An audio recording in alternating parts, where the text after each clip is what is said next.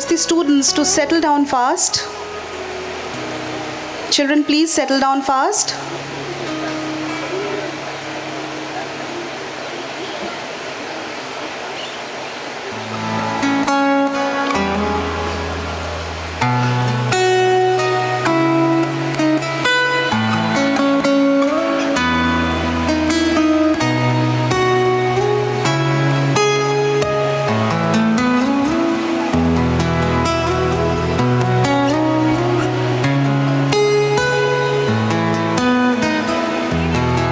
Children from APS, please settle down fast.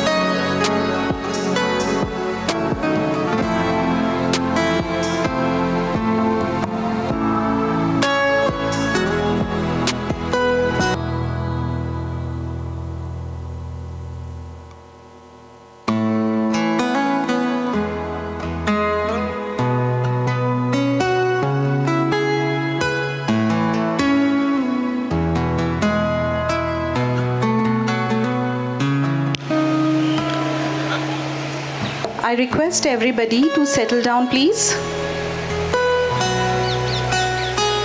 My dear children, please settle down.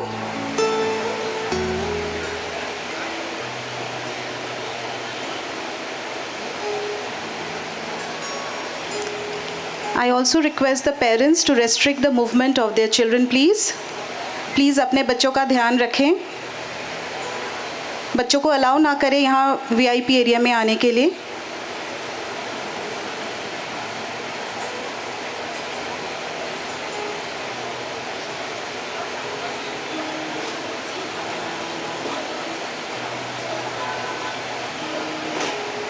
Please बच्चों को अपने पास बिठाएं.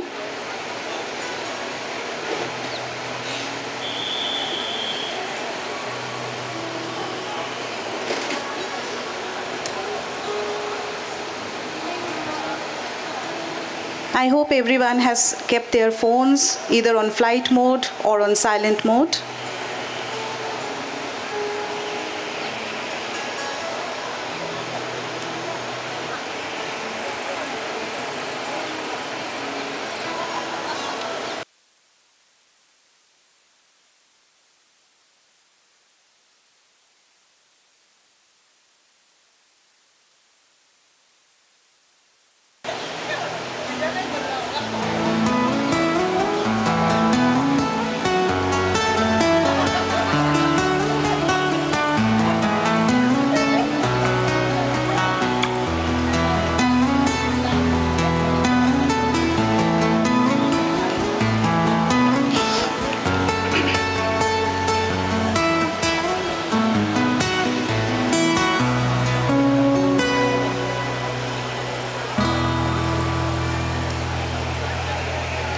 Dear audience, we need to keep two things in mind. While the chief guest arrives, we all need to stand up in his honor. And while he is leaving also, we all need to stand up.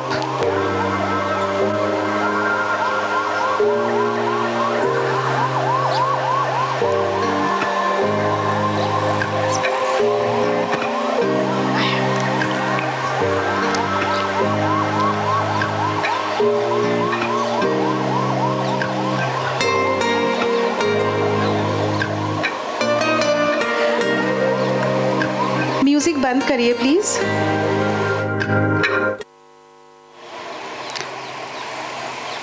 Stage monitor पे बज रहा है music. Thank you. I announce the arrival of the Honorable Governor of Punjab, His Excellency Shri Gulab Chand Kataria.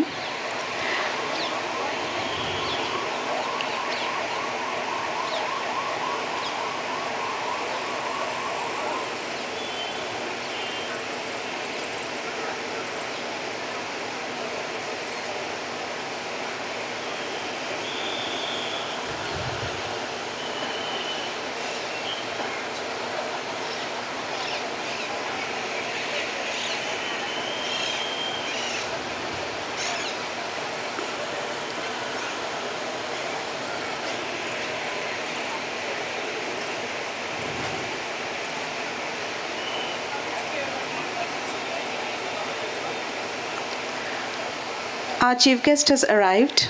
May I request everyone to please stand up at their own place.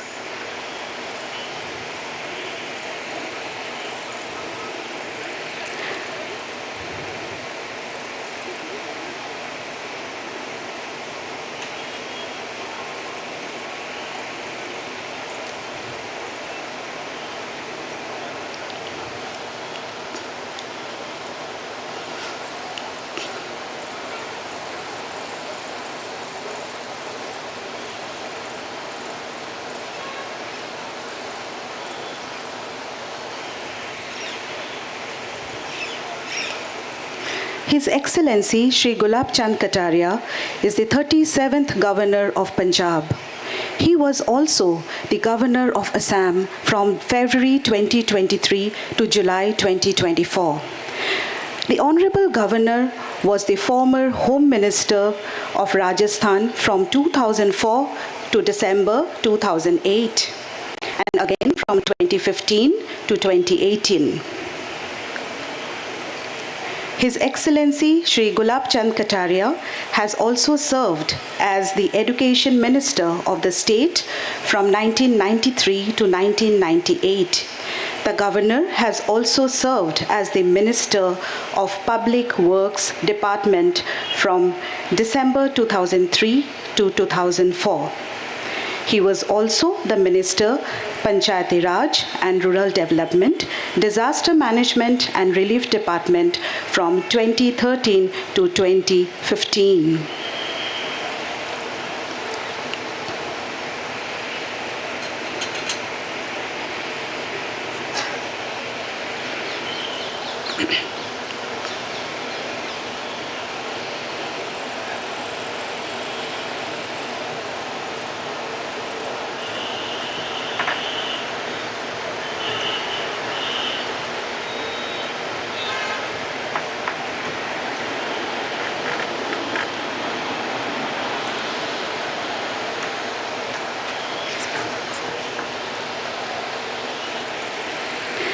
On behalf of Western Command, we are grateful to His Excellency for taking out time from his busy schedule.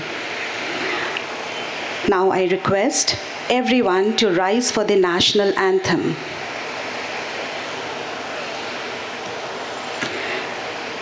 Ladies and gentlemen, the national anthem.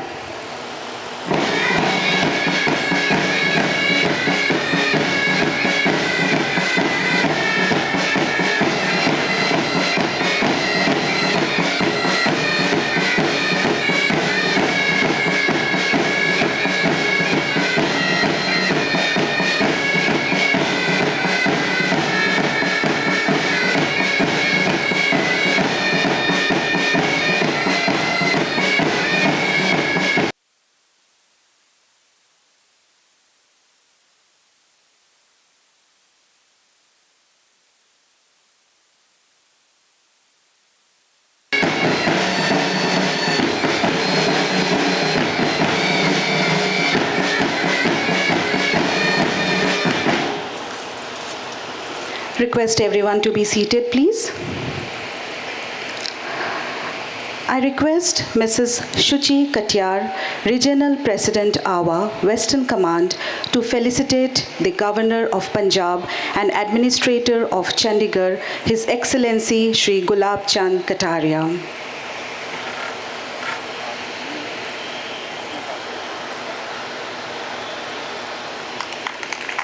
Thank you, sir.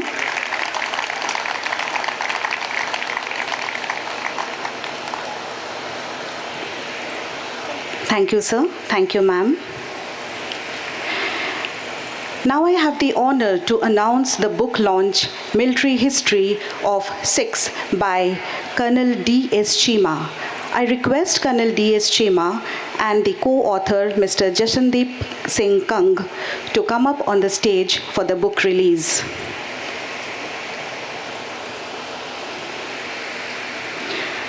I request Colonel Cheema to share his insights about the book.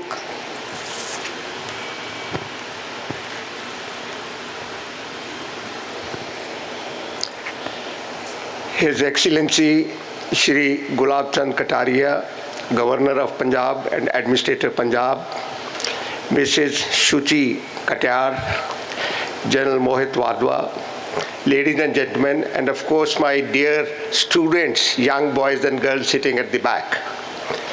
It is often said that Sikhs make history, but they don't write history. This particular book fills that gap for a particular period of about 2.5 centuries. It begins with, sir, with the first battle of Guru Gobind Singh that was fought at Bangani near Paonta Sahib and ends with the Second World War. We all know that Sikh faith is a faith of love, peace, and compassion. How a Sikh transformed to a Singh, that is a very interesting story. And I always thought, like most of you, that history is a very boring subject and maybe irrelevant too. But my wonderful co-author, Mr. Jashandeep Singh Kang, a brilliant PCS officer with Punjab government, serving with the, I think, Department of Labour, he proved it otherwise, that history can be very, very interesting too. Now, few things, because of paucity of time, I'll bring out only a couple of things about the book which it speaks about. First is, of course, that the Sikhs, while fighting the Mughals, even the Marathas and the British, they never forgot the moral principles given to them by the first Guru, Guru Nanak Dev Ji. The moral principles. As a matter of fact, once the Rohilla chiefs, who were being supported by the Sikhs, they captured the King Zaman and they blinded him. Sikhs withdrew the support, saying that humanity comes first. And who does not know about Bhai Kanhaiya, the lieutenant of India, known after the founder of Red Cross. The role of women in this, all the battles, whether it was Rani Sadakaur or it was Mai Pago. You recall the battles of Chamkaur and the battle of Mukatsar Sahib, all these battles. And I only want to submit, sir, that this is one book which I feel must be read, understood, interrogated by all the legislators of Punjab, not only Punjab, everyone. The book must be read by every student of Punjab to know what it is all about. And I am very, very happy, extremely grateful to you, sir, your benign presence for this wonderful book launch. Thank you so much, sir.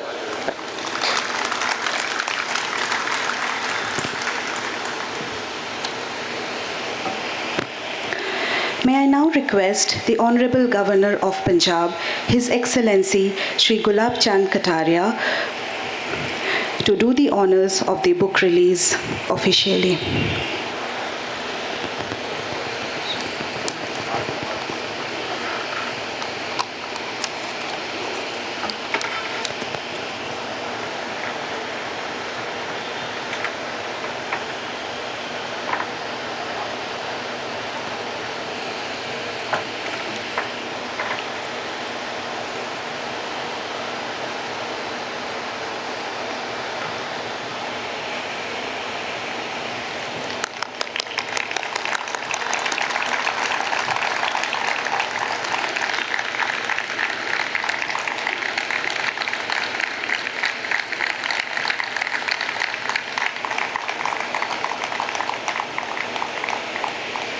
Thank you, sir, for doing the honors. I now request the Honorable Governor of Punjab, His Excellency Shri Gulab Chand Kataria, to address the audience with his precious words of wisdom.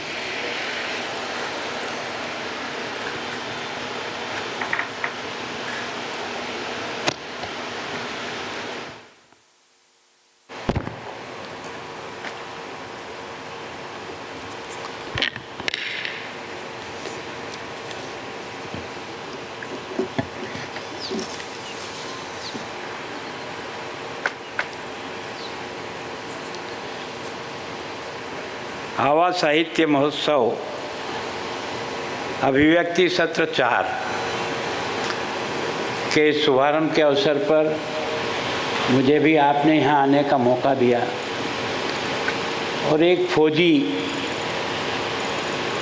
अगर युद्ध के बारे में लिखता है तो मैं सोचता हूँ उससे ज़्यादा परफेक्ट इस क्षेत्र में ज्ञान और किसी का होता नहीं है।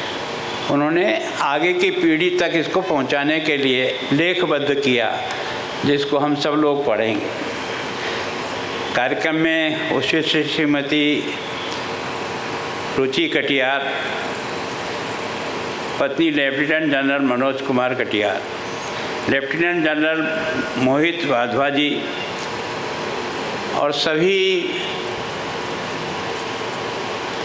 अधिकारीगण, उनके परिवारजन, सभी विद्यार्थी भाइयों बहनों और साहित्य से संबंधित सभी विद्वानों। सामान्यतः अगर एक पीढ़ी की जानकारी दूसरी पीढ़ी तक जाएगी तो वो साहित्यकार के कलम से ही जा सकती है। भारत अतीत से लेकर अब तक आपको और मेरे तक जो पहुंचा है वो किसी न किसी कलमकार के कारण से पहुंचा है। तो मैं सोचता हूँ कि वास्तव में अतीत को वर्तमान से जोड़ने की ताकत किसी में है तो लेखनी में है। और मैं सोचता हूँ कि वो माध्यम भले अलग अलग हो सकते हैं, कुछ कविता के माध्यम से पहुँचाएंगे, कुछ कहानी के माध्यम से पहुँचाएंगे, कुछ लेख के माध्यम से पहुँचाएंगे। प्रारंभ में भी अगर वेदों की रचना हुई तो अगर वो लिखित नहीं होती तो कम से कम इतने वर्षों के बाद हम वेद से परिचित नहीं होते। जितने भी वेद और उपनिषद लिखे तो एक ऐसी दौलत बन गई जो पीढ़ियों दर पीढ़ी वो दौलत चलती रहेगी। मैं सोचता हूँ कि अगर वाल्मीकि रामायण नहीं लिखते तो राम के जीवन की श्रेष्ठता आज हमें समझ में नहीं आती कि उसको राम का जीवन इतना बदला क्यों,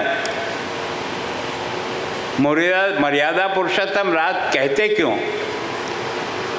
उन्होंने जो लड़ाई लड़ी वो केवल राज के लिए नहीं लड़ी। अगर राज के लिए लड़ी होती तो लंका में ही रह जाते। उन्होंने मूल्यों के लिए लड़ी, सच्चाई के लिए लड़ी।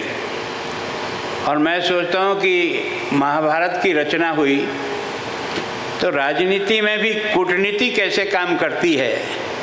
सत्य तो होता ही है अपनी जगह, लेकिन कई बार असत्य को और पाप को हराने के लिए हथियार भी उठाने पड़ते हैं। और मैं सोचता हूँ ये जो सेना का काम है वो उसी से जुड़ा हुआ है। भगवान कृष्ण ने बहुत टालने का प्रयास किया कि युद्ध न हो, लेकिन जब अगर कोई हठधर्मी पे अट जाता है तो फिर उसका जवाब उसी ढंग से देना पड़ता है।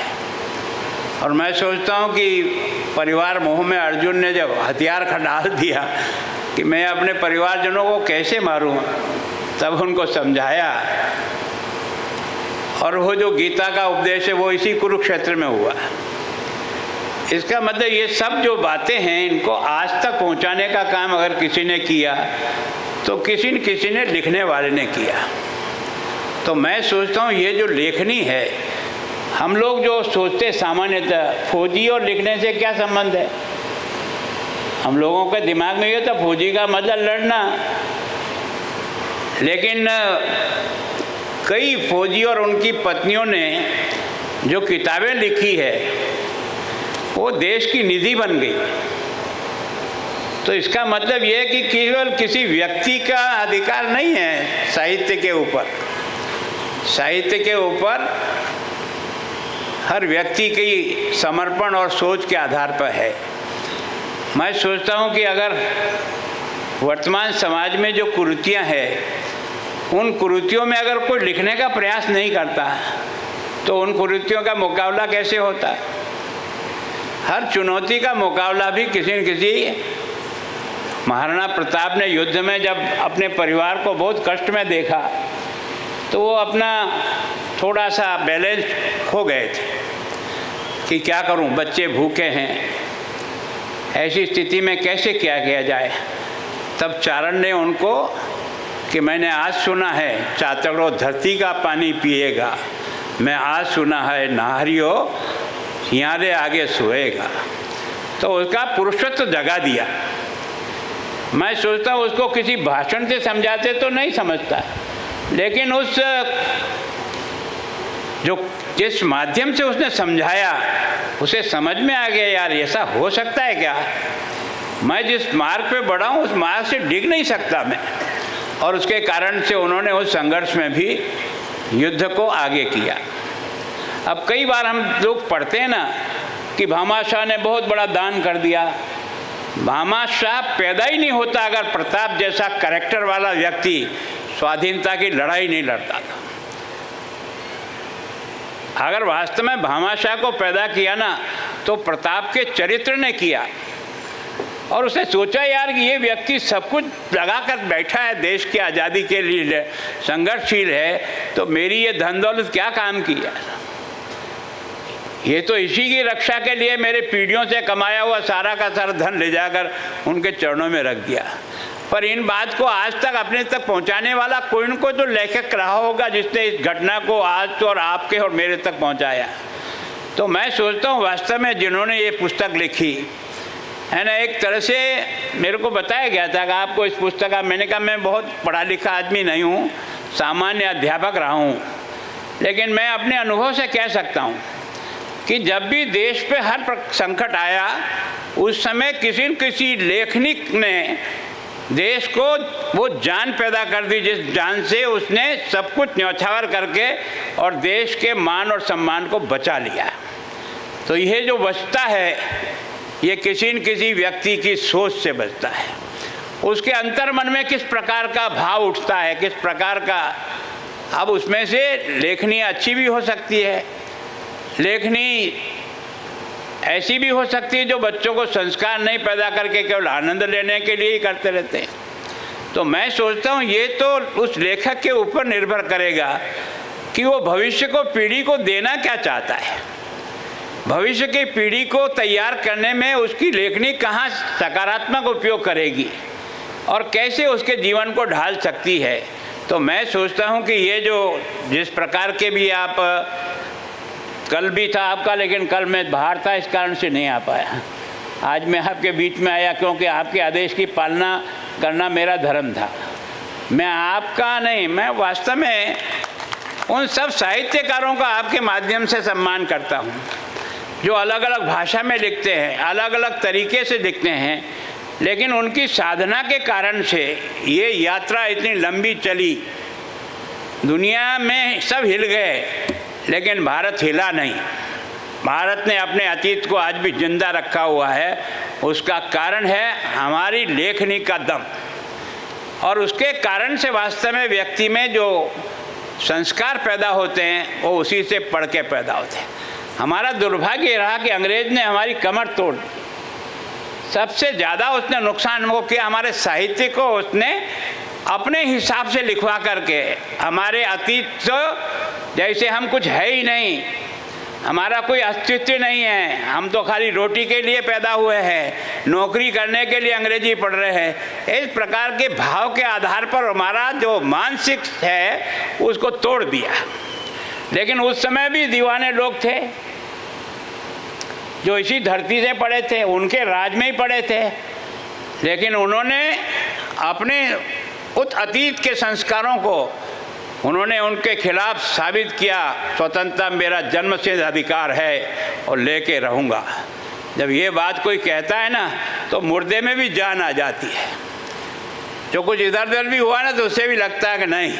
तो वास्तव में ये जो लेखनी के, चाहे वो पत्रकारिता के माध्यम से हो चाहे किसी के माध्यम से, जो मैसेज हम तक पहुंचाया है उसके कारण से हम बहुत गौरवान्वित हैं। और इसलिए मैं आप सबसे भी प्रार्थना करता हूं, अपनी लेखनी का, ये भी एक माँ सरस्वती की बहुत बड़ी पूजा है। ये हर आदमी चाहे, जैसे हम लोग भाषण कर सकते हैं पर लिख नहीं सकते, कुछ लोग लिख सकते हैं पर भाषण नहीं कर सकते हैं। तो ये ईश्वर की कला ही कुछ अलग है। तरह तरह के लोगों में क्षमता पैदा करता है, कोई किस क्षेत्र में आगे बढ़ता है, कोई किस क्षेत्र में आगे बढ़ता है। लेकिन ये साबित कर दिया कि मनुष्य व्यर्थ है ही नहीं, कैसा भी हो, चाहे उसको शरीर से अपंग हो, दिव्यांग हो, कुछ भी हो न हो, लेकिन उसमें ईश्वर कोई न कोई कुर्बत तो पैदा करता है। उसको वो समझ करके आगे बढ़ जाए तो वो उस क्षेत्र में भी बहुत आगे बढ़ करके देश के लिए उपयोगी हो सकता है।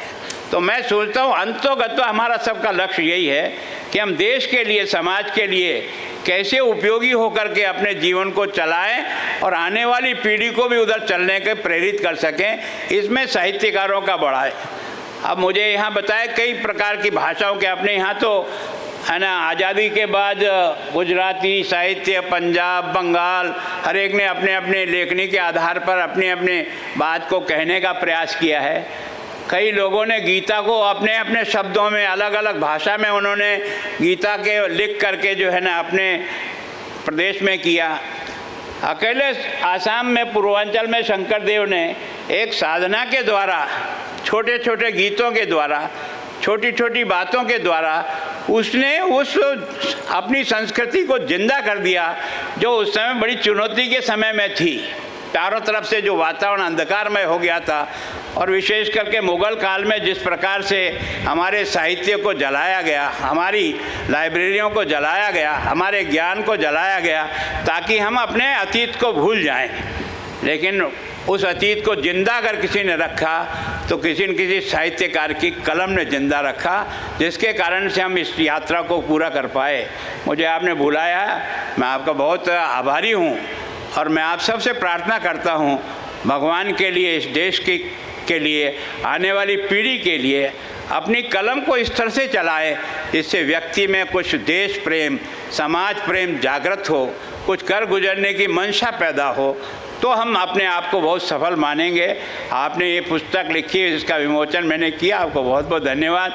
पढ़ने का समय तो मिला नहीं, आप जाकर के कहीं देखूंगा इसको, पर कोशिश करूंगा जितना मेरे से समय मिलेगा मैं ज़रूर इसका उपयोग करूंगा। आप सबका बहुत बहुत आभार, धन्यवाद।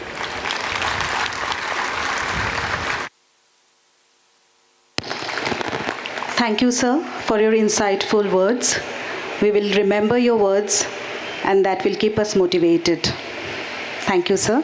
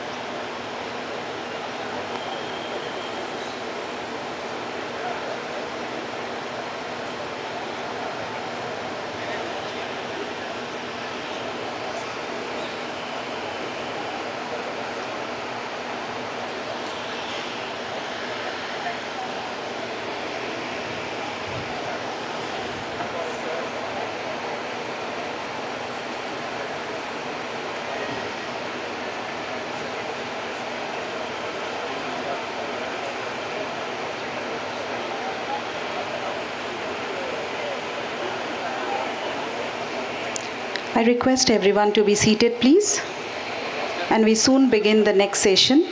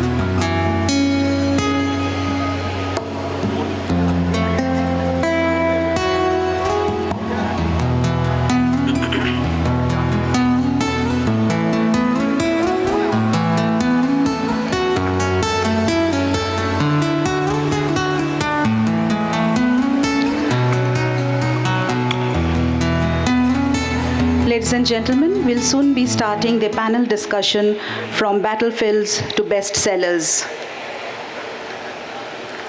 Hello, check, hello, check. Hello, check. Figure 1, 2, 3.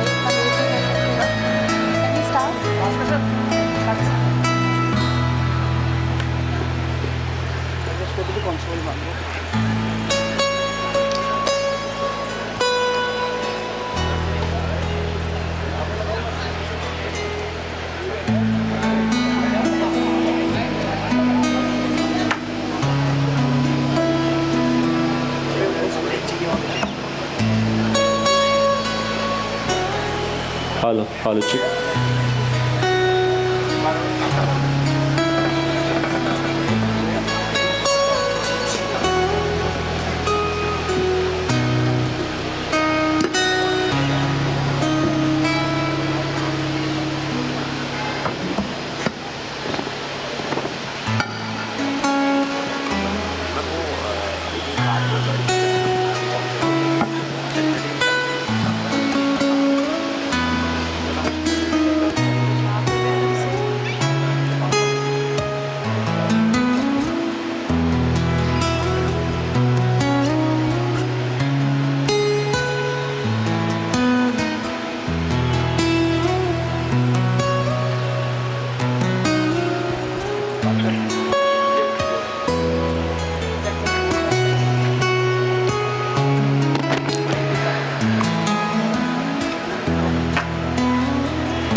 Check. I request everyone to settle down for the panel discussion from battlefields to bestsellers.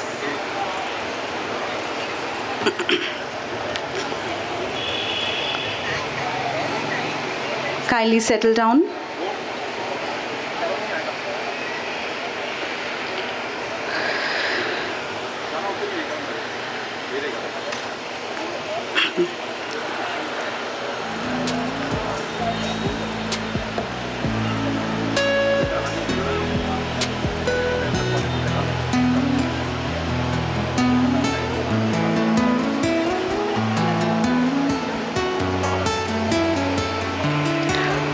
Out of the night that covers me, black as the pit from pole to pole, I thank whatever gods may be for my unconquerable soul. In the fell clutch of circumstance, I have not winced nor cried aloud. Under the bludgeonings of chance, my head is bloody but unbowed. These lines from the poem Invictus embodies the tenacity of our armed forces fraternity. This tenacity helps us to stay strong at all times. With these lines, I invite the esteemed panelists for a panel discussion on From Battlefields to Bestsellers. The panelists are Lieutenant General Bhupinder Singh, Param Vishisht Seva Medal, Ati Vishisht Seva Medal, is the former Lieutenant Governor of the Andaman Nicobar Islands and Pondicherry. He has authored Bayoneting with Opinions and Continuing Opinions in Difficult Times. I welcome you, sir.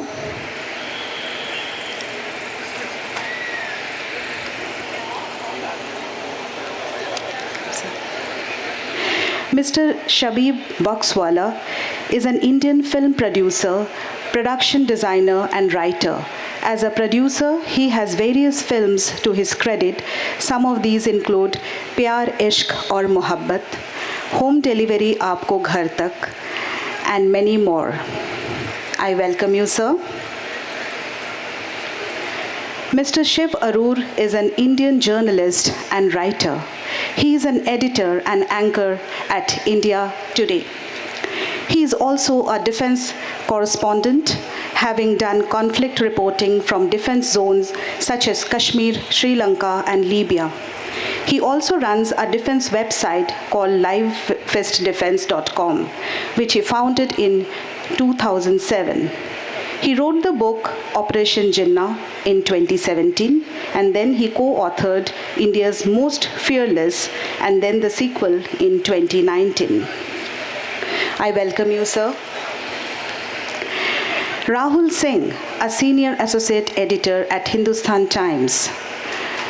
Mr. Rahul Singh has reported on Indian military for over 2 decades.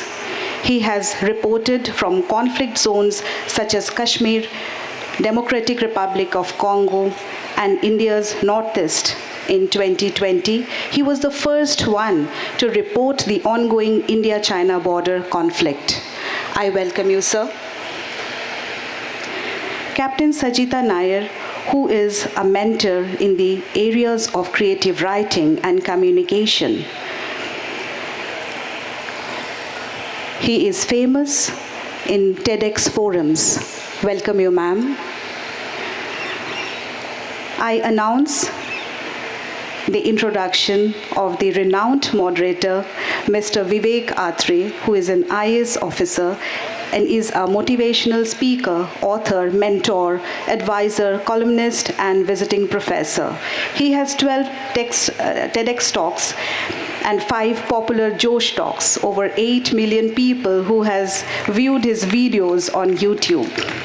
He is the founder of Suvichar think tank. He is also a founder of the vibrant networking forum Playwright Foundation Chandigarh Literary Society, a co-convener in INTAC Chandigarh. He is also a member of the Governor's Advisory Council for Chandigarh. We welcome you, sir, and I hand over the stage to you, sir.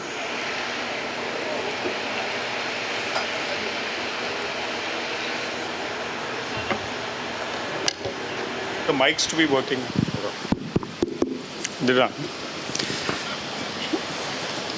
Good morning and a very bright, warm welcome to you all for this first panel discussion of the day.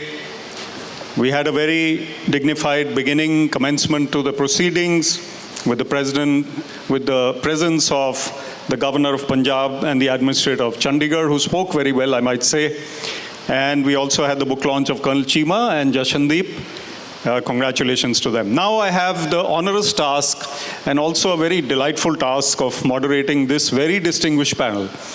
And I must say that Abhivyakti season 4 is probably, and there's no harm in claiming it, probably the best Abhivyakti till now. I don't know whether it's going to be bettered in future, but they've set the bar, the standards very high, and having been a part of some of the planning, I can see the hard work that has gone in. We also have an audience which is, if I may title it, as a mixed bag. Very senior people in life as well as some in age, not all. And we have very little tiny tots, or I would say school kids, who are at the moment glued to the front of the hall, but I would request them to remain glued as far as possible during the proceedings. We'll take about 40 to 44 minutes in this panel. I have the pleasure to introduce Captain Sajita Nair, who is a TEDx speaker, and she's an author of 4 books. And she is an extraordinary lady in another way, that she is a captain of the army. Her husband is from the Navy and her father from the Air Force. So big round of applause for Sajita ma'am. Fantastic, Captain Nair. What a life, what a legacy, and we're proud to have you here. We also have General Bhupinder Singh, who is a former Lieutenant Governor, and he is a prolific writer, a very distinguished soldier from the 1965 and 1971 wars, as well as been the military secretary to 2 presidents of India. and very proud to be seated next to you, not for the first time, sir, but very nice to be here with you. And we have the brightest of the media, the journalists, writers, authors, Shiv Arur and Rahul Singh, in reverse alphabetical order, if I may say so. They are very bright writers, authors of India's Most Fearless, which is coming up as a tribute series to all the defense forces. They write about the Army, the Navy, the Air Force, the extraordinary, courageous feats of the most fearless of India. 3 volumes of this series have already come out. The 4th volume is expected next year. Really proud to be in the company of such distinguished authors who have researched each of their subjects so meticulously so that they could come up with authentic, vibrant, fearless writing. So if I may say so, we have some fearless journalists out here as well. And the box office is represented by Mr. Boxwala, if I could say so, Shabir Boxwala, who is the producer of Sher Shah, among other films. Mohra is another one that comes to mind. I don't know which one is your favorite. I'll come to that. Sher Shah is his favorite. And so we begin with, and I'm going to talk more about you, Shabir, later. In the interest of time, what we're going to do is have about 2 parlays of about 2 to 3 minutes each. So if any panelist wishes to speak for more than 2 to 3 minutes, very humbly I must say that is not permitted. So just trying to be a moderate moderator. So Shiv and Rahul, I start with you. You are the fearless writers of India's Most Fearless. And I must say it's really roused a lot of attention, inspiration, a lot of people have been inspired by your writings. The film world is getting interested. It's already been on screen. What you're doing is something remarkable also because being journalists, we're often, or you are often, in the moment. And you're reporting, and you're printing, and your report card is in the press the very next morning. But then to raise the level of your consciousness to writing books about your theme. How did that come about? And I'll let you decide your order, both of you one by one. Let's talk about your work. Ye pehle aap nahi. Come on, Rahul. Hello. Hello, am I audible? Just put it close to you. Good morning, everyone. So, like Vivek pointed out, as journalists, we're supposed to be writing the first draft of history.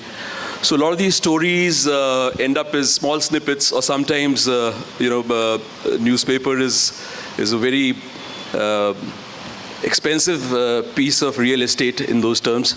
So sometimes you're not able to document those stories, but both of us very closely track those stories, irrespective of whether we can use them in the immediate moment, or we should explore the different layers of the stories and make them a part of our book. So I'll just give you an example. For instance, one of our heroes is was a young major called Mukund Vardarajan, and there's a film which has come out on him called Amaran in 5 languages. It's produced by Kamal Hassan in Sony Pictures. So when we heard his wife Indu speak for the first time, it was one of those things, counter-terrorism operation in Shopian. They had intelligence inputs and they were chasing these guys for a few days and all those things, which is a very template kind of stuff. And so we certainly had to dig deeper. And when we heard Mrs. Vardarajan say that, she was very stoic, she was a picture of fortitude. And she said, what the country needs to know is the man Mukund was, and not my story, and not my sorrow. So immediately we knew that, this is a young girl, 29, 28, and Mukund was just 31. So it just struck a chord with us, and we knew that this is a story we want to tell. I remember that story when we carried it in the newspaper was, 1 Ashoka Chakra, 3 Kirti Chakras, 4 Shaurya Chakras, 2 posthumous, 1 living, and all that. Must have got about 200 words in the newspaper. But today, it's already out in, the film is out in 5 languages, the book is out in 7 languages. So that's how we go about... A round of applause for that, I think. 7 languages for the book and 5 languages for the movie already. And so that's the very clinical approach we take while we are writing our news stories in the newspaper and when Shiv does his shows. But when it comes to the books, we also have the luxury of time to think over who we are going to write about and how compelling the story is and take it to a wider audience. Shiv?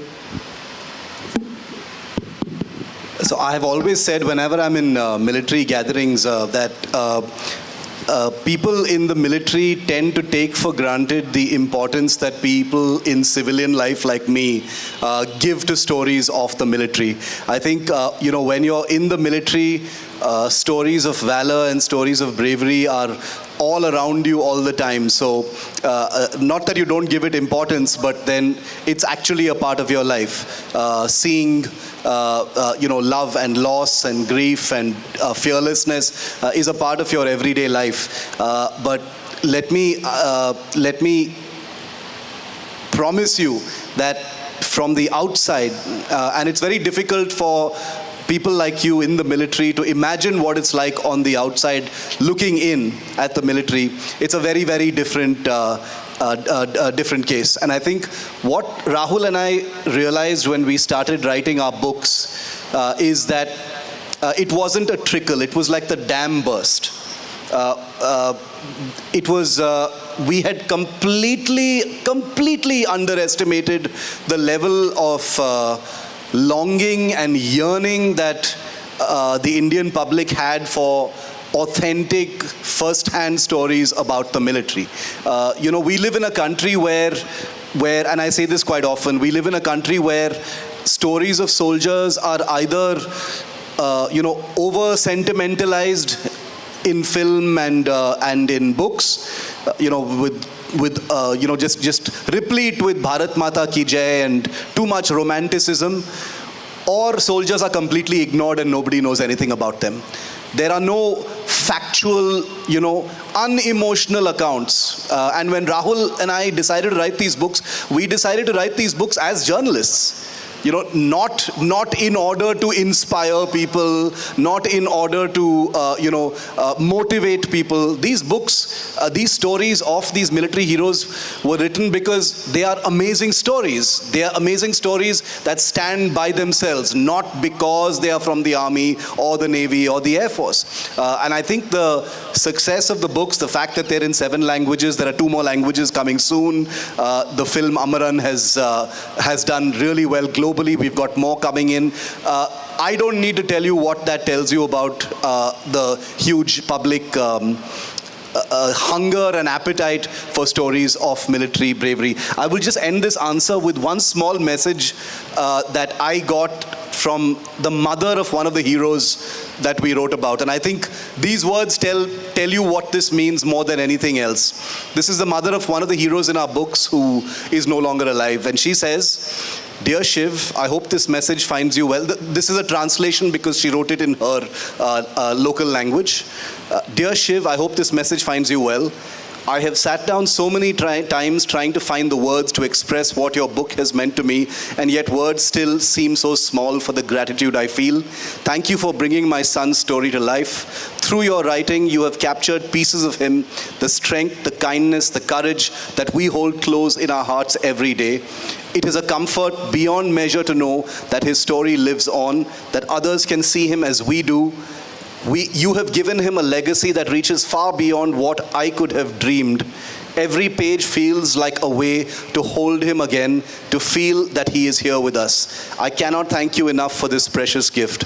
Your words honor not only him, but all those who stand beside him. I am forever grateful for the way you've shown the world who he is."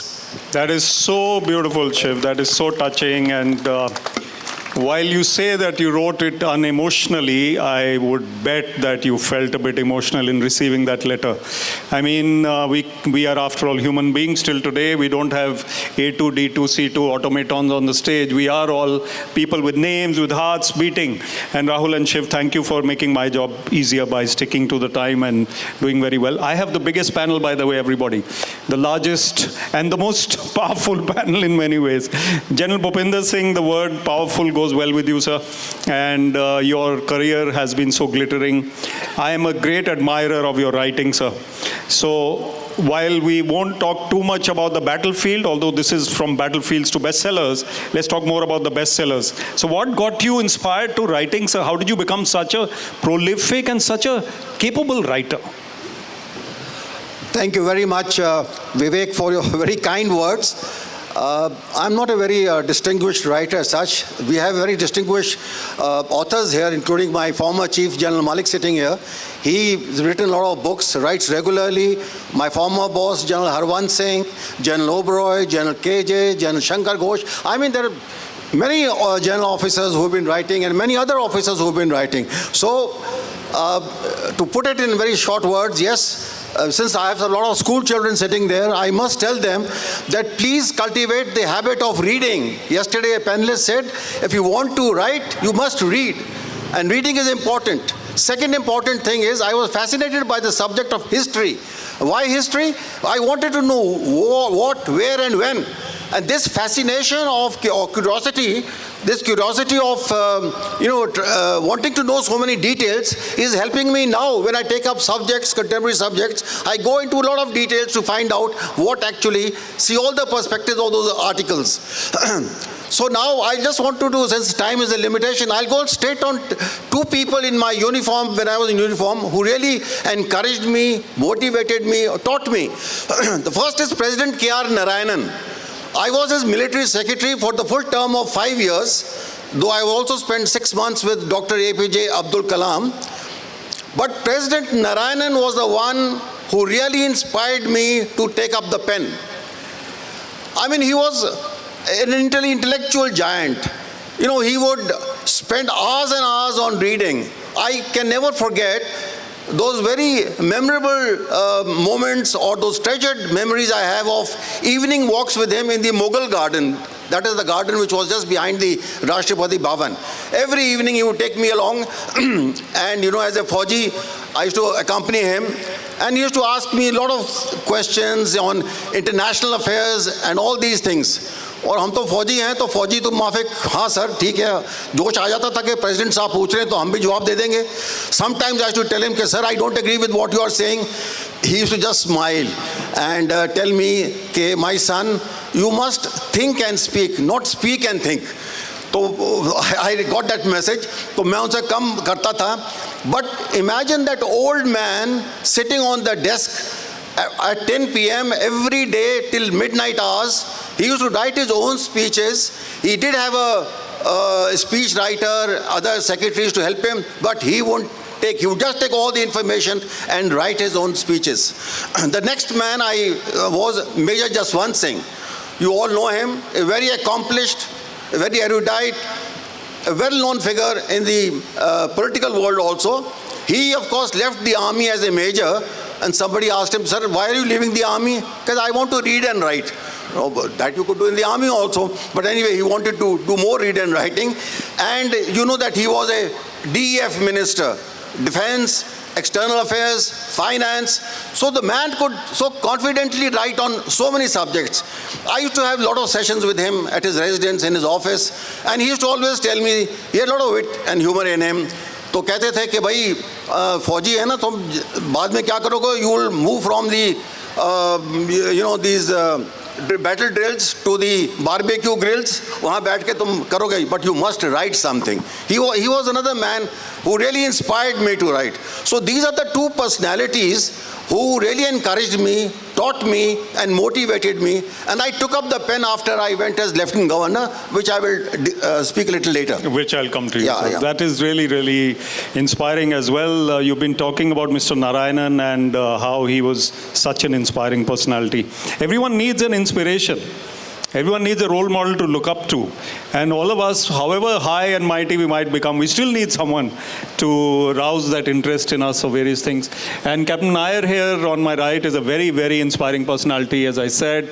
And Captain Nair, I should have come to you first, but mutual understanding that we came third. She is a Sajita without an H, which I got to know, just to break the ice. But one really important aspect of your career, that short service, that stint in the army, led to your first book, She's a Jolly Good Fellow. So what was that transition and how did it happen? And what kind of battles did you have to conquer, maybe in the mind? Thank you so much, and good morning to all of you. So now, whenever we talk about the army, we usually talk about the external enemies. And we always consider that the enemy is outside. But let me tell you, having served as a lady officer back in the early 90s, it was also a lot of internal battles. So there were, I'm sure you'll understand when I say that there were battle against patriarchal mindset, there was battle against resistance to change, there was battle against gender stereotypes, and so many more. And so every lady officer who served back in the early 90s had to face her own battles in every unit. Of course, they were trained to fight other external battles as well, and they were trained and they were proficient to fight. But along with that, they also had to fight their own other internal battles. So when I served in the army, during this tenure, I had varied experiences. Some were of jubilation, celebration, some were very humorous ones. And by the time I was released from the army, when I finished my tenure in the army, I knew that I was a very rich person. And when I say rich person, I don't say monetarily. We all know about that. I'm talking about the experiences. So I knew that I had to write about this, and as a person who always liked reading and writing, I thought I had to start somewhere, but I had no background in journalism, nor did I have any background in literature. So it was a very gradual transition, and I initially started with writing smaller articles for magazines and smaller publications. And then finally at the Kala Ghoda Arts Festival, they had this open book pitch contest wherein you could pitch your book idea. And I pitched my book idea. It's about two women officers who are trying to navigate the male-dominated workplace in their own ways. And it was picked up by Hachette India, and the book was published as She's a Jolly Good Fellow. So that's how my transition has been. It's been very gradual, and later after that book, I've written a few more as well. We'll talk about them, and as you said, transition is gradual. I mean, we're all evolving. Nobody is a perfect commodity out here, so we all evolve into various things, and some flower into writing, and as the governor said, I mean, writing is something which leaves a legacy. And your experience into that book is very vital. But that brings me to Mr. Boxwala and the medium of cinema, which you have worked so hard to produce before us. We're very happy to have you here, as we were talking before, to give a different dimension to the whole conversation. We're talking about bestsellers, and you have the super hit movies, which are bestsellers in their own right. Talk about Sher Shah first, sir, and talk about the fact that it began in Chandigarh, and what is the connection, and then also talk about the recce in Kargil, which you undertook so extensively. Good morning, in about 2.5 everybody. minutes. I'm really honored to be with this distinguished personalities sharing the same stage. And no offense to the authors, but I feel cinema is the most powerful medium for communication than any other mode of media. Because it translates the material, the story material directly to audience. And reading has become very less with the youngsters in our culture because they're all distracted by social media. And Sher Shah was one of the reasons I can say that, it created a lot of impact, because I myself didn't know about, we all heard about Ye Dil Mange more, but I didn't know who Vikram Batra really was. But you do get your material from the authors, because if you take the material from the books and convert it into cinema rightfully, then it makes a great watch, So that's what we did. We read a lot about Vikram Batra. There were a lot of books written about him. And actually, I was at times ashamed of myself that I didn't know such heroes existed, and the more I read about Vikram Batra, I made up my mind that I need to tell this story, and many such stories which are existing in the Indian Army, And because the fact that these soldiers, they are like young officers, 21-year-old, and they're out there ready to take the bullet. When we were 21 years, we didn't even know what life was. So we were whiling time away. So and we still don't know what life is. Yeah. So, but yeah, Sher Shah was a turning point in my career of filmmaking, because it was the first biopic I was making. And when we got into the research and we got to know more and more about Vikram Batra and the army and how it functions, it was an eye-opener for me and my team, And it was a great journey, because we decided that this boy who was given his life at 21, we have to do complete justice to his story. And we can't make it look like a regular Bollywood film. For that, we needed to research, and which we did for a year. My writers and I had 6 other researchers who went to different part of India. We made sure we met each and every person who was involved with Vikram in that war, starting from his commanding officer, General Y.K. Joshi, who was a great help and gave us a lot of insight, because he was so close to him, and he was commanding him.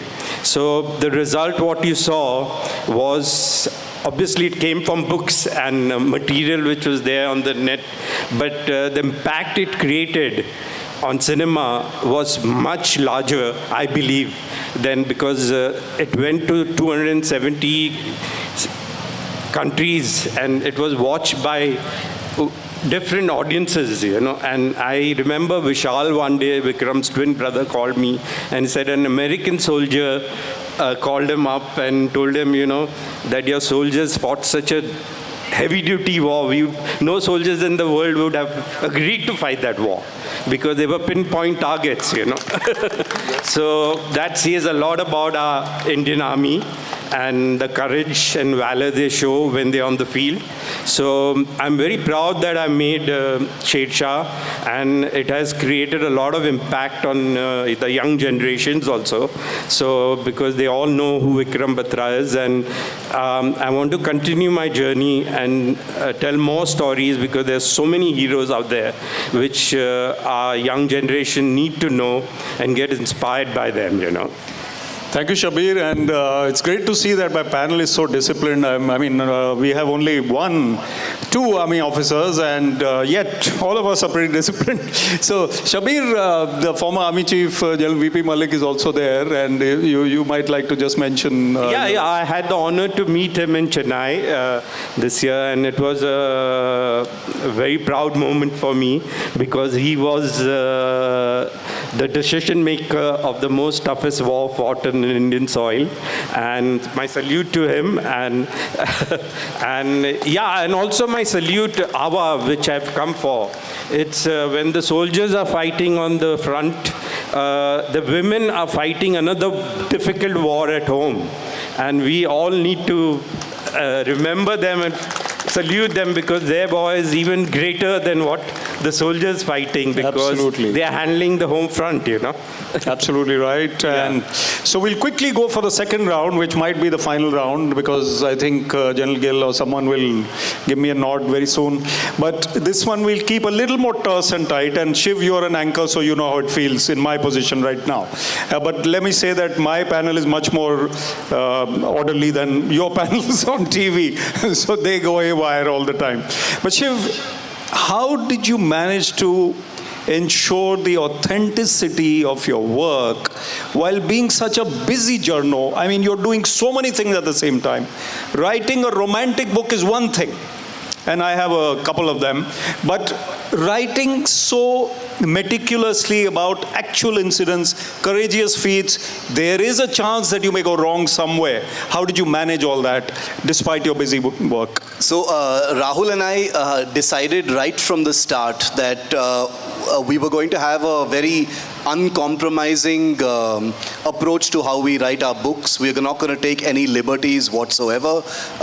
We decided that if we allow ourselves any liberties from the start, then these books will become like, the many, many military books that are written about heroes, which tend to embellish details, dramatize certain aspects of war and combat, which as two conflict journalists, it didn't sit well with us. I think the country, the units, the military, the families, they are owed the truth, and the public wants the truth.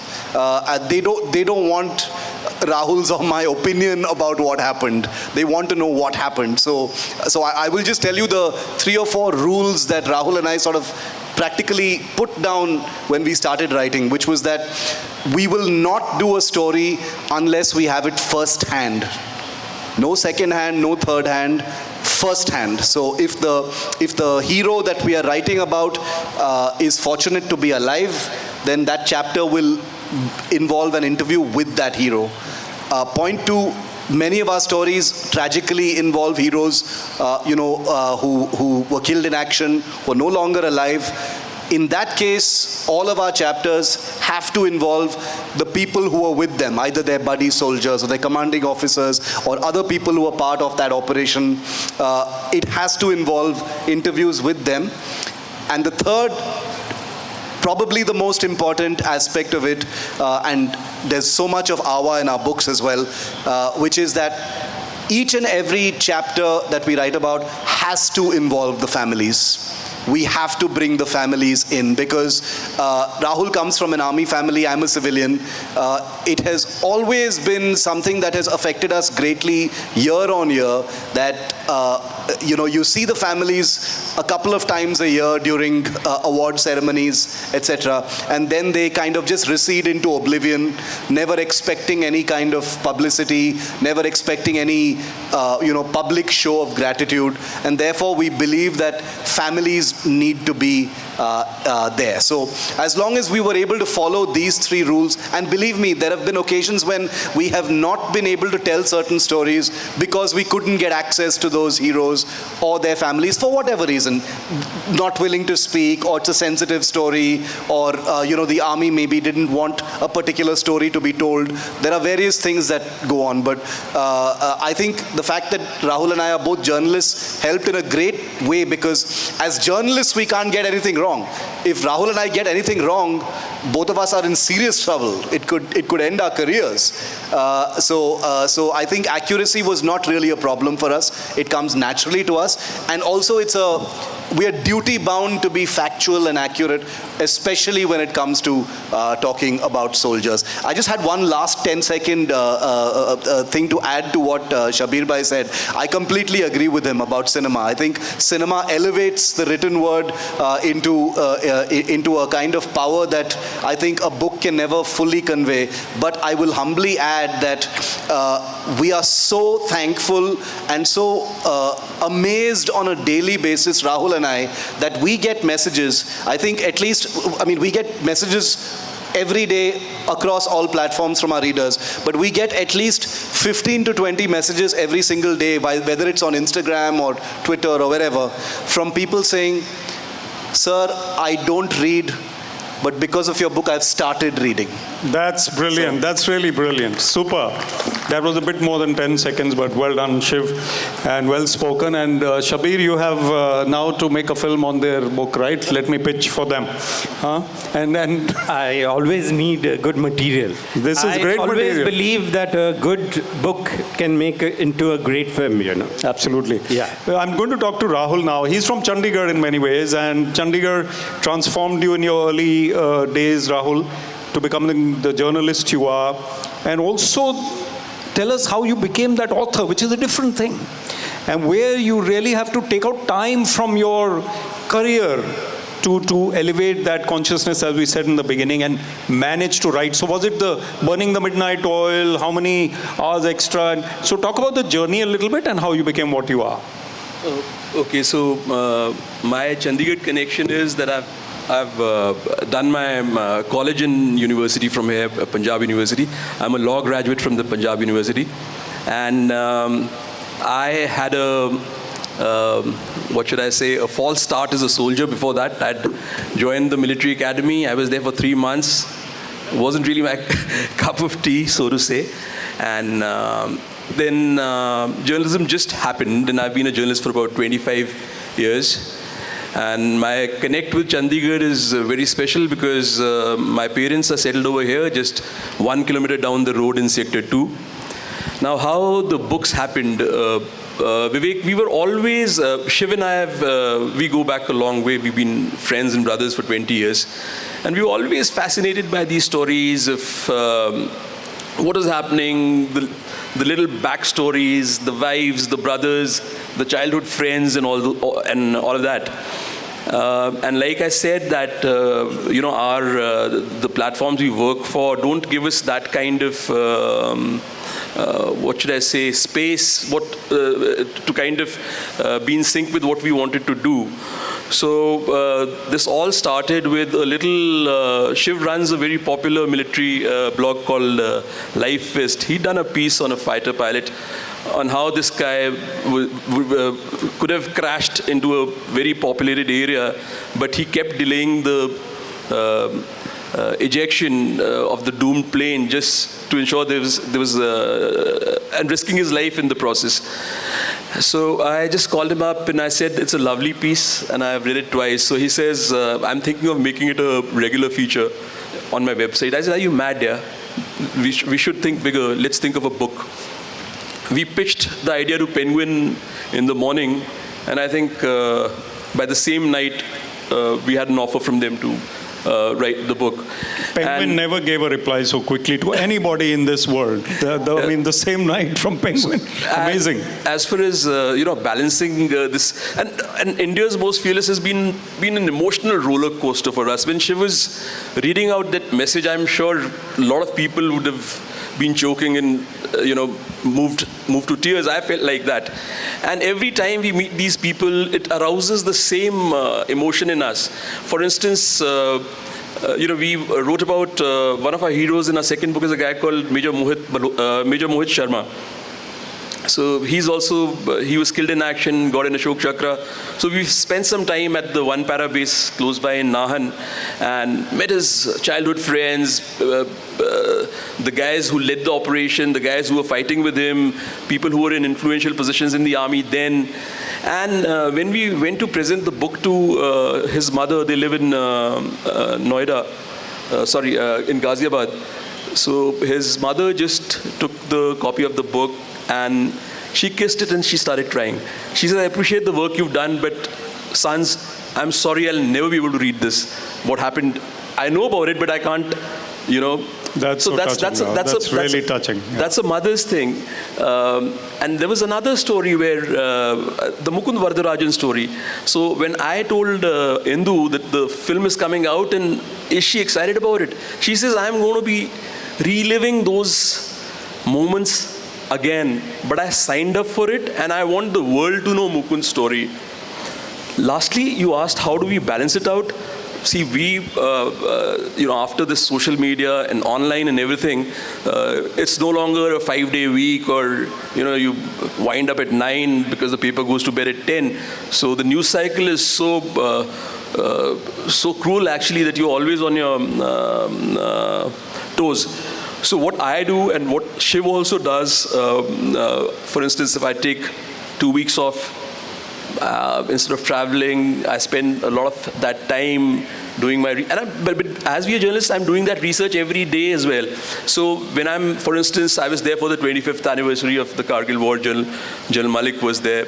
And so we keep traveling to these places, and the whole thing, the narrative keeps building inside us. So we know what is the terrain like, we know what the challenges are over there. So all that background keeps accumulating, and when we finally start writing it down, it helps us a lot. Very well said, very inspiring indeed, and this is laudable work, I must say.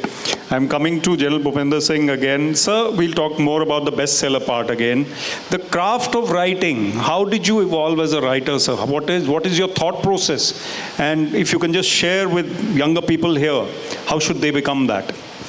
Vivek, before I answer your question, I want to express my gratitude to Rahul and Shiv for the lovely story they wrote on my regimental officer, Mukund Vardarajan. He is a Rajput officer. I'm from the Rajput regiment.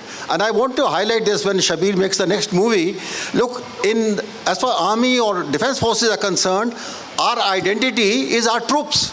It doesn't matter. He was a thoroughbred Rajput officer. Field Marshal Karyappa, man from Kurg, is a Rajput officer. Sipahi or rifleman Aurangzeb Khan, he a brave soldier. He's a Rajput soldier. Right? Major Randhawa, Mahavir Chakra, a Sikh gentleman, but he's a Rajput soldier. So in the army itself, whatever troops we have, that is our religion. That is our identity. A Sikh officer serving with the Madras regiment is a Madrasi. He and a Madrasi serving with the Gurkhas is a Gurkha officer. I think this point has to be highlighted. We have no divisions of caste, religion. Brilliant, as far as army is concerned. Sir. We are one family. We have to remember that. And I will be very happy, Shabir ji, if you can bring out this particular aspect, this kind of regimentation. As far as what you asked me, Vivek, was how I do go about writing. I keep looking at various things happening around the world, and then something ignites me. And nahi, is pe kuch mujhe likhna chahiye, I must write something. So I do a little bit of research here and there, some preliminary research, and I sit down after that, trying to make my hypothesis in the sense कि भाई ये है क्या कहानी क्या है. I must get all the input from left and right.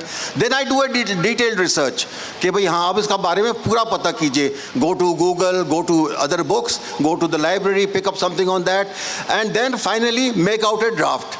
And after the draft is made, I just switch off. And I then revisit that particular draft after some time. Yesterday some panelist was saying, दोबारा revisit करते हैं उसको, and then we try and finish it in the type we want to go it, because we make some mistakes, we get emotional while writing. So at least make sure that it is this thing. But one thing I always liked, as I said, Major Jaswant told me, was that you must be fearless in your approach. And Vivek will bear me out in whatever articles I've been writing. I've been totally non-partisan. Absolutely objective. I give my views. I get a lot of critique after that, and very happily from youngsters they write. But I enjoy it because I feel that's an education. I may have overlooked something. I never feel bad कि ऐसे क्यों लिखा. It's a pleasure to hear youngsters coming back to you. So that is the way I keep up doing That's this a work. great lesson for everybody, sir. And this factum of having a look at it after about maybe 5 hours, 6 hours, or the next morning is very good for writers, because you become a little different the next morning, your mindset, you're not that emotional as you said. And Hemingway said, edit the manuscript ruthlessly, mercilessly, just chop off things which you have created, which is very difficult for the creator. But then that brings me very seamlessly to you, Captain Sajita Nair. You are the author of 4 books now. While She's a Jolly Good Fellow is about your career, but then you're also writing a story on adoption. So how did you become such a multi-dimensional writer? What is your process, and how do you go about your books, and what is the next one? So you'll have to encapsulate all that. So as I was telling you, the first book, She's a Jolly Good Fellow, was about women officers in the army. And although the book did well, it was published way back in 2010, and I still get messages from people saying that how inspiring it was, and especially young women who plan to join the armed forces. And I was asked to, so many people asked me to write a sequel, and somehow I just didn't like to repeat myself, in the sense that maybe sometime in the future I may consider it or I may not, but I thought that story was over and it was done. And it was time to move on to the next. So I got in touch with Juggernaut Books, and I wrote a book called The Search. The Search is about a young adoptee, and it is about her search for herself, her identity, and not just her biological parents, which also was very important for her to feel complete in the world. And I thought it was a very sensitive topic, and surprisingly not much had been written about it. And I thought that is one thing that I must delve deep into and write more about adoption from the adoptee's perspective. And then the next book was about the army officer's wife. It's called The Army Officer's Wife, and it's about, as you guessed it, it's about army officer's wife. The thing is, we always talk about officers and the work that they're doing and how brave they are. They're at the war front, they're there. Everyone worships them, they are the heroes. But what about the real heroes who are holding fort back home? They are the lady wives. And I thought I need to delve deeper. Plus, I had the experience because my husband served in the Navy, and I have been, when he went sailing for 1 or 2 months, I used to be alone, holding fort all by myself, and it wasn't easy. And then I realized how ladies network and how they form such a strong team and face all the hurdles. So while the men folk are at the war front, at the forefront, the women hold fort back home. So this book is about that and going into the nuances, understanding what it means to be an army officer's wife, and so many other short stories along with that. And my latest book is called The Grand Matriarch of Malabar, and it is about the Nair society in Kerala, which is a matrilineal society.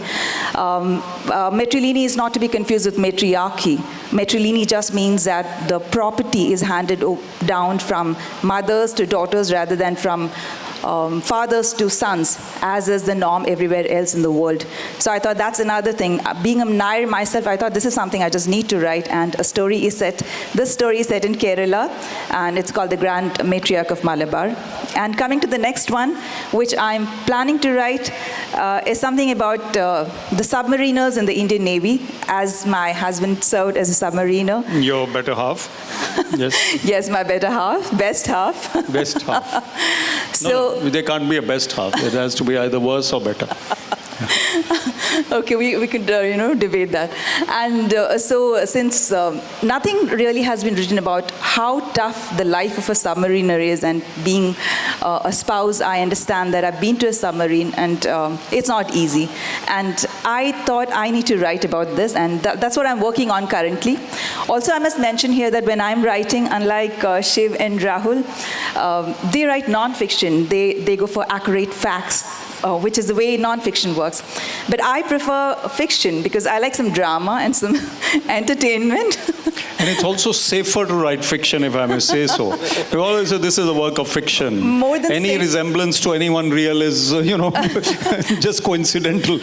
Well, more than safer, I find it more fun because I can play God, and I can create my world, and I can fill it with characters and make them do whatever I want them to do.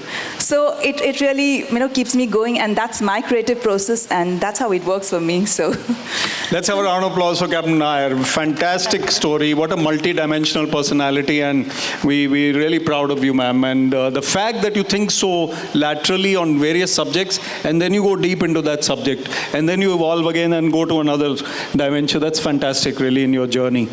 Shabir, we want to know, Mr. Devanand once said to someone we all know here, Mr. V.K. Kapoor, former DGP, he says, in Punjabi, he says, मैं कदे दिल नू नहीं लांदा जे कोई picture चली कोई नहीं चली. My Punjabi is pretty bad, by the way, but he was like, कोई hit हुई कोई नहीं हुई. So first I want to talk about that, you to talk about that, and secondly, you have enough material from the armed forces to make films for the rest of your life. Why do you want to make anything else? Just go ahead and make army stories. You're doing so well.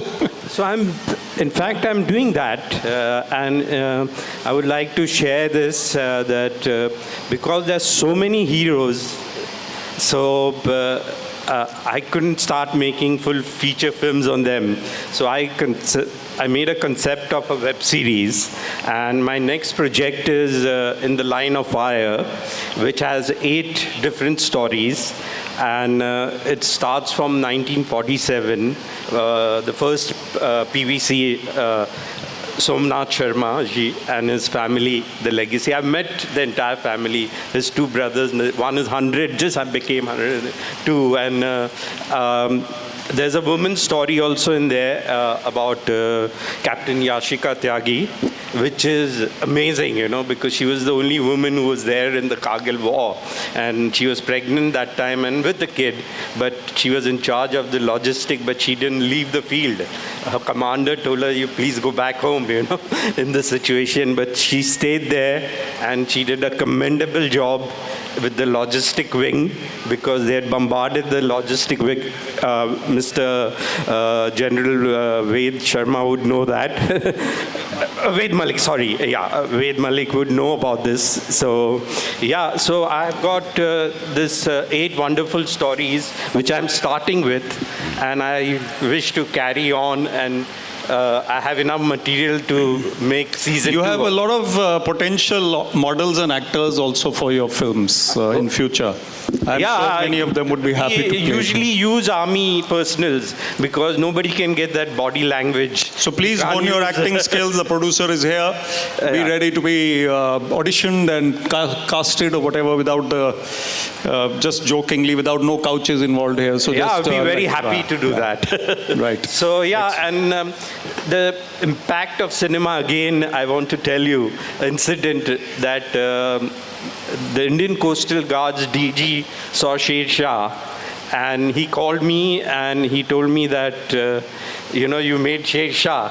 So why don't you make something on us? So now I'm working on the Indian Coastal Guard story, So that was the impact of, so after seeing Sher Shah, he said, make something on us also, That's really phenomenal. I think we've run out of time, but the MC is nowhere to be seen, so I'll do a rapid fire with permission of everybody involved. And this rapid fire means 30-second answers, please, sir and ma'am. So, sir, 30 seconds of anything you'd like to say. No, I just want to just put down a few quotes. There's Benjamin Franklin who says, either write something worth reading or do something worth writing.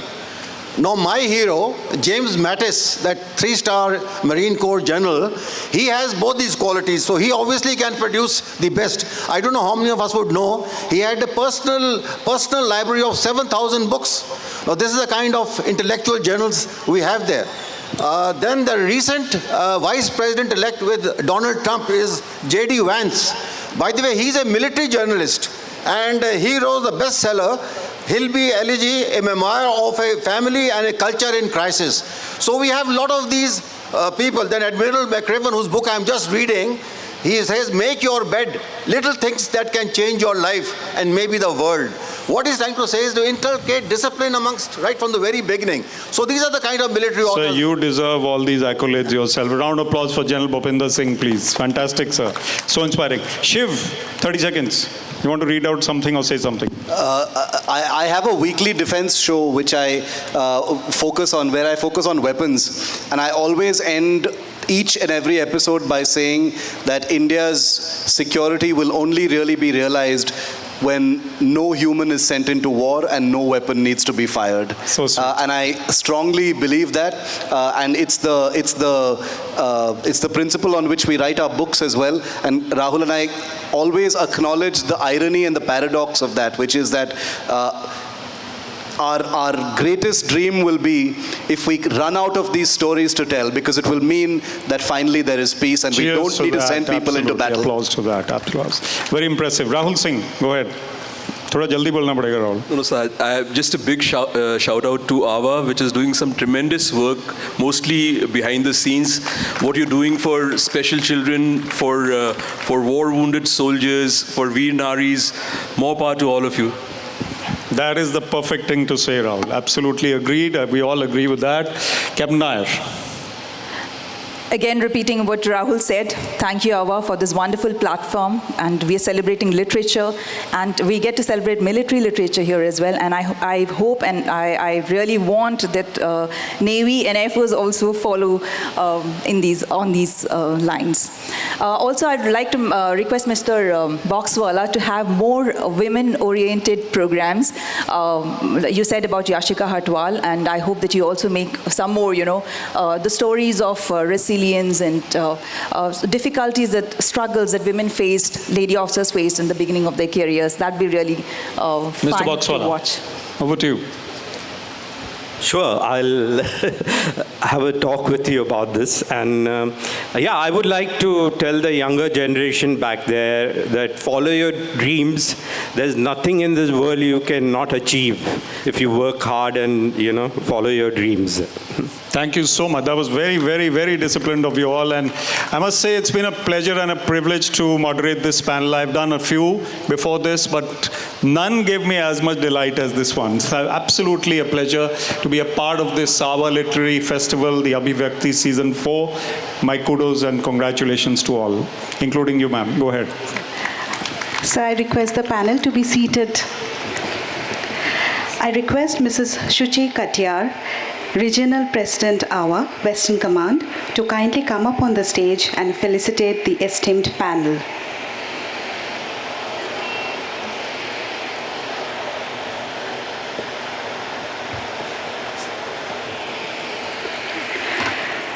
I also express my heartfelt gratitude to our panelists for their inspiring session on From Battlefield to Bestsellers. This discussion shed light on the incredible journey from the front lines to the world of literature, where bravery is not only demonstrated in action, but also in the sharing of powerful stories and experiences.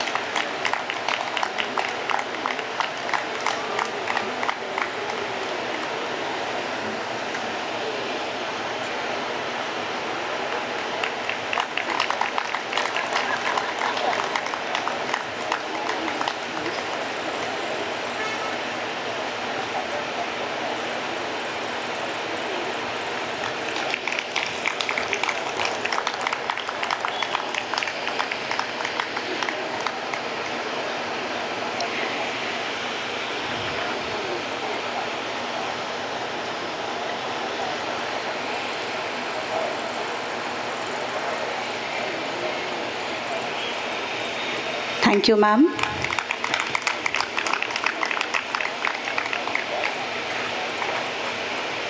Thank you to the esteemed panelists.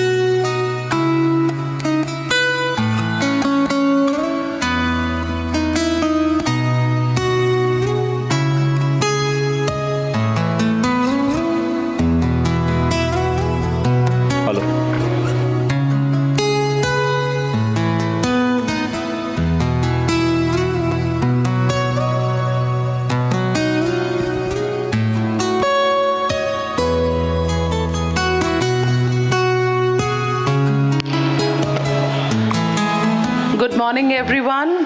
I would request you all to be seated again. I can see a lot of excitement in the crowd.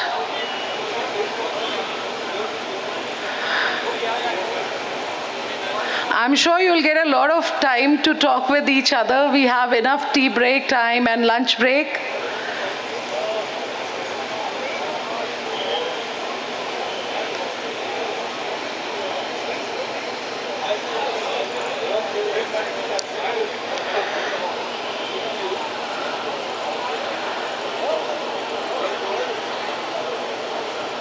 I would request everyone to please be seated. And you may come forward if you see the seats here. You're most welcome.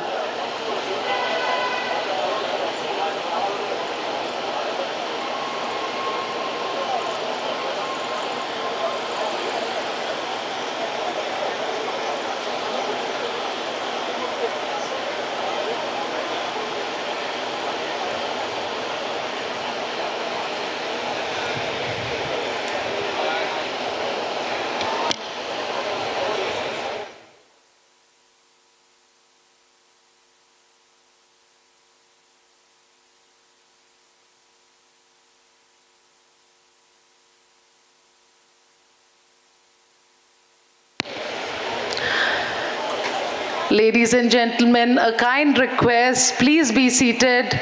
We have a book launch and the authors are waiting. I can see them all there.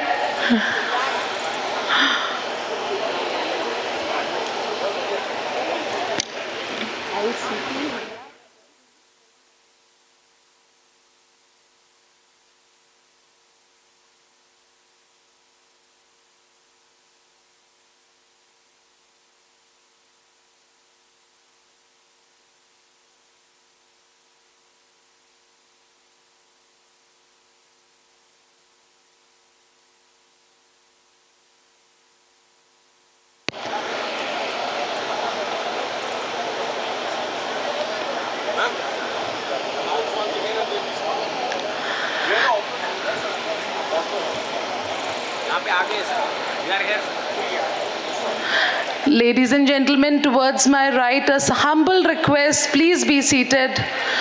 We have to carry the program forward, and it can only be with your cooperation.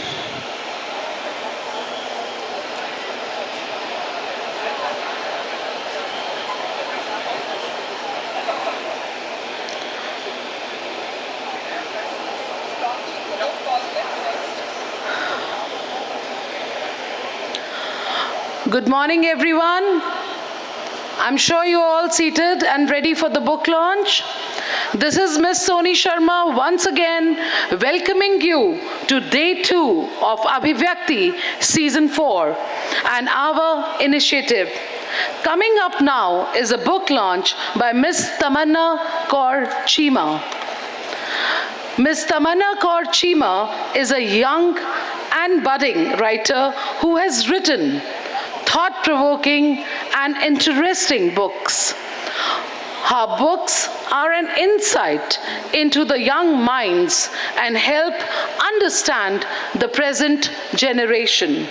So let's put our hands together to welcome Miss Tamanna Kaur Chima on the stage for her book launch. Can I hear the claps a bit louder?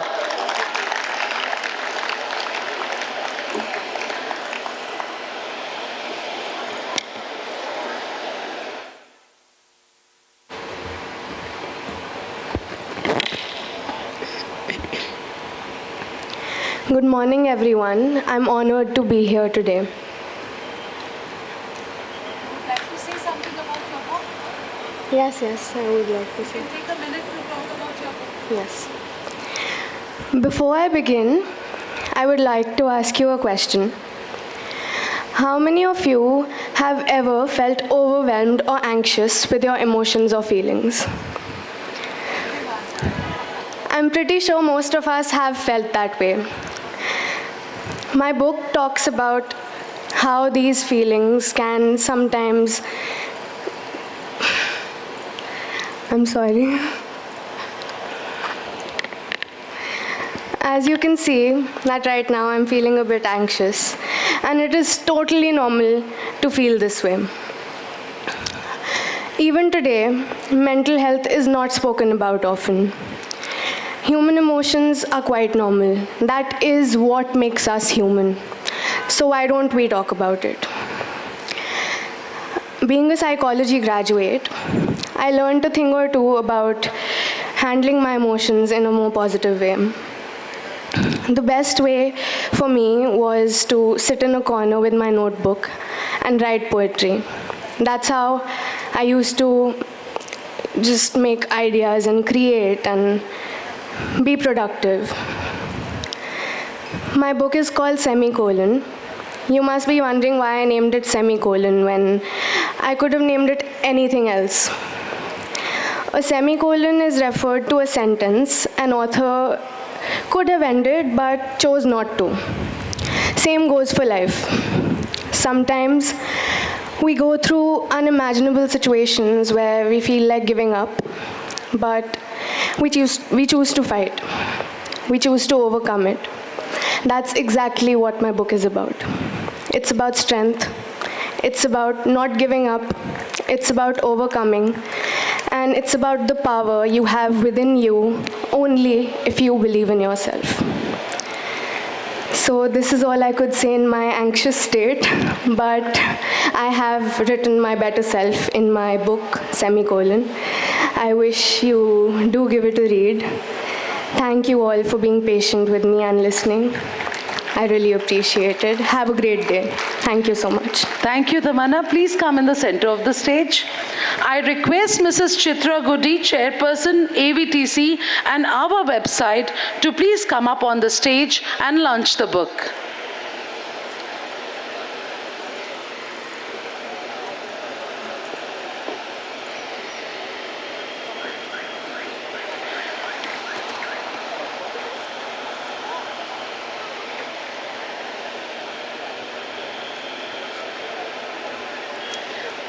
Ma'am, please open the ribbon. Let's hear some claps for them. That's a young author with a book on the stage. Come on, let's give her some appreciation. And let's make sure that she's not anxious anymore. Congratulations, Ms. Tamanna. It takes a lot to launch a book. Thank you, ma'am.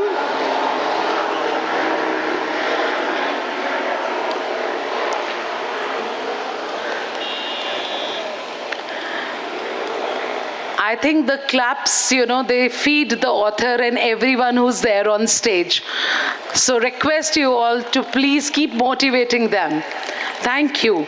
And now we have Mrs. Sanjana Nair, CEO and founder of Saffronia and a social activist as well.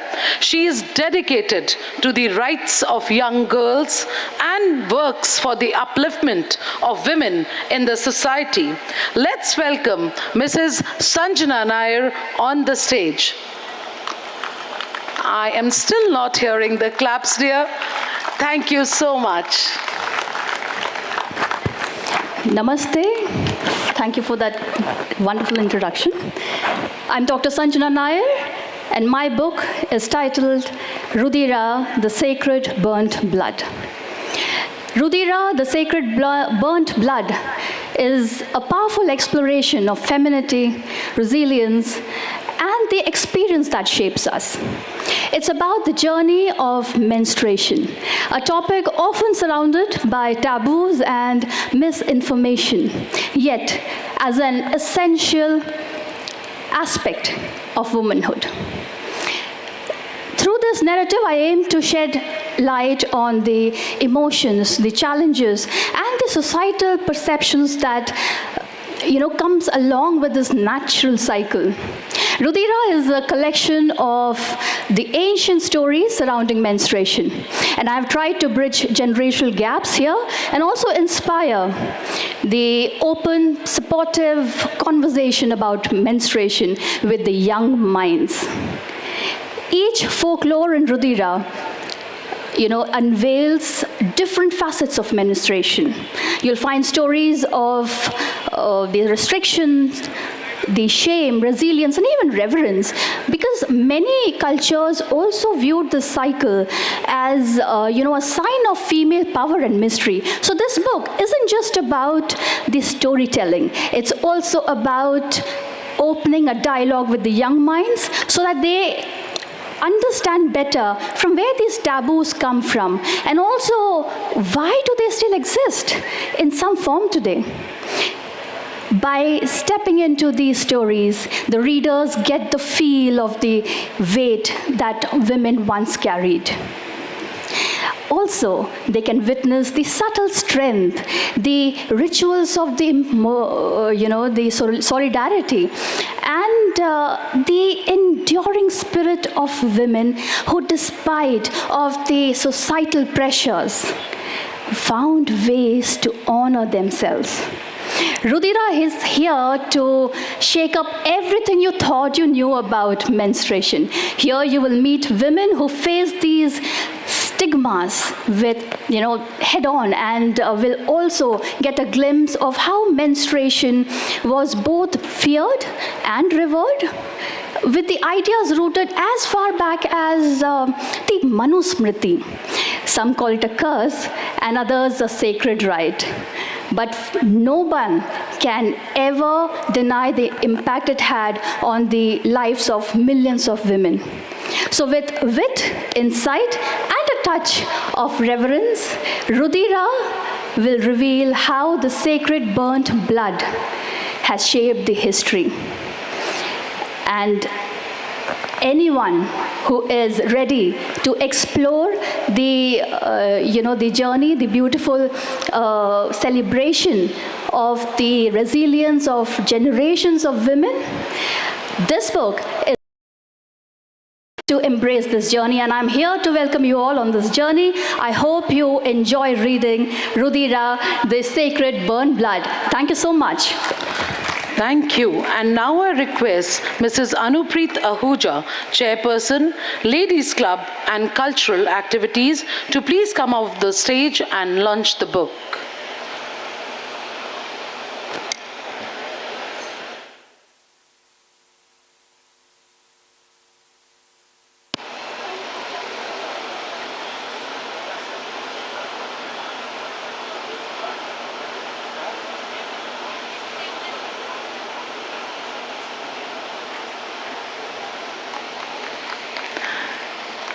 Let's hear the claps again.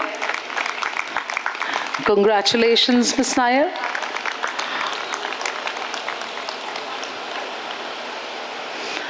Thank you so much, ma'am.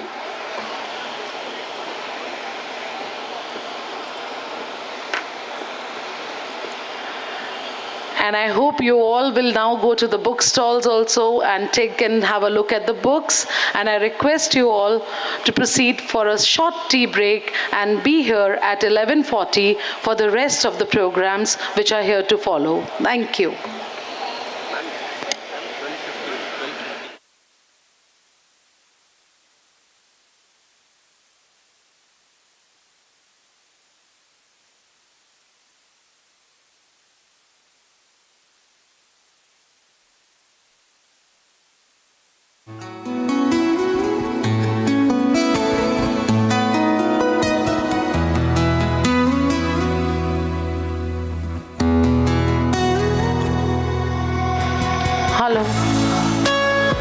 We can all be back at 12:15. Have a little bit longer chat and tea break. Thank you.